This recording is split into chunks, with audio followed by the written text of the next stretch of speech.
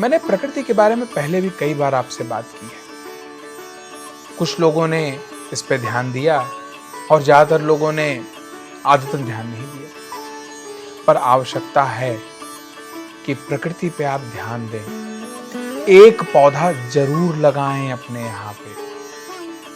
अगल बगल है तो उसके साथ बातें करें, जाएं, एक बार स्पर्श करके देखें। अच्छा, एक काम करिए, आपके यहाँ पे कोई ऐसा पौधा जो प्राणहीन सा हो, सूखा सा हो, उसको जाके आप कुछ ना करिए, जाके उससे सिर्फ अकेले में बात करिए, अपने मन की बात करिए, उसको सुनिए, उसको स्पर्श करिए, जरा कमाल देखिए क्या होगा। और ऐसा कमाल होगा कि आप लोगों को बताते बताते थक जाएंगे। आपके जीवन में अनेक अनेक बदलाव आने लगेंगे। आश्चर्यजनक आपको उस पौधे से उत्तर मिलेगा।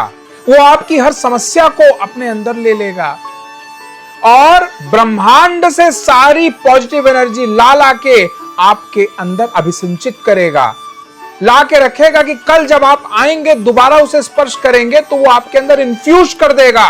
यह है ताकत। उसके साथ साक्षात मां धरती का पुण्य बल है, साथ है जल है। नाना प्रकार की टेंशन, नाना प्रकार की चैलेंजेस में आप फंसे हुए हैं। पेड़ इन सब को चुटकी मात्र में डिटॉक्स कर सकता है, आपको फ्री कर सकता है। यह उसकी ताकत है। पर इंसानी स्वभाव, जब तक जल सामने है तब तक उसका कोई सम्मान नहीं है, उसकी कोई इज्जत नहीं है।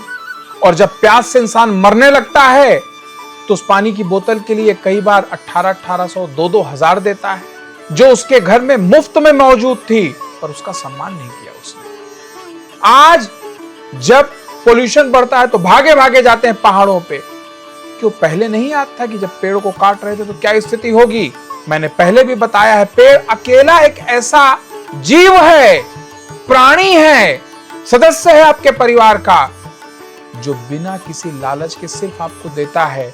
वरना बीवी, बच्चे, माता, पिता, दोस्त, यार, हर को आपसे कोई ना कोई कामना है। ये एक अकेला पेड़ है जो निस्वार्थ भाव से सिर्फ आपको देता है और सिर्फ देता रहता है। और आपके बाद आपके बच्चों को देता है, उनके बच्चों को देता है। इतिहास साक्षी है। जाइए गांव में देख के आइए, 100 साल से पेड़ पूरी की पूरी पुश्तों को ऑक्सीजन दे रहे हैं, फल दे रहे हैं। परिवार के मुखिया की तरह जितना हो सकता है रक्षा कर रहे हैं। और जब इंसान को मौका मिलता है तो पहला काम वो उसी पेड़ को काटता। तो चलिए, जो हुआ सो हुआ। अब प्रायश्चित कर लीजिए।